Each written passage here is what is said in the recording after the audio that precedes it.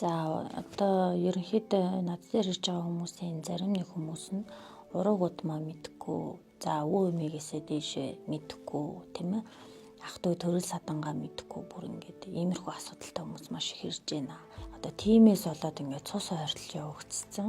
За тэгээд ах トゥ хоёр одоо хоёр биенийгээ мэдхгүй байж одоо өнөө маргаашгүй ингээд хүүхдэн төрөхгүйд ингээд явж байгаа юм асуудлууд байгаад идэг. Тэгэхээр энэ ургийн бичиг гэдэг зүйлийг бол ер нь хүн болгон хөтөлчөмөр байна. Яагаад гэх юм бол энэ ураг удмаа мэдхгүй гэдэг чинь ер нь асар том асуудал агуулж байгаа юм л да.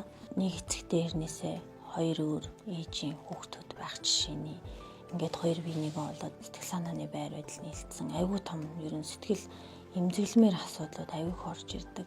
Аав ээж нь өвөө эмээ нь одоо энэ ургийн бичиг гэдэг зүйл ах トゥ төрөл садан гэж юу вэ?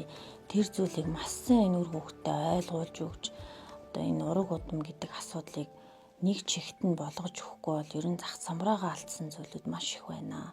Хүний нүдэнд харагдахгүй хүмүүс хоорондоо хэлэхгүй ч гэсэн тухайн хүмүүс одоо ирж байгаа хүмүүс дундаас асуудалтай зүйлүүд маш их гарч байна. Өөр удмаа мэддэг, ах トゥ төрөл садангаа мэддэг, жилдээ нэг удаа заах ургийн баяр хийждэг, тийм ээ. Ийм бас баймаар байна гэж хэлмээр байна.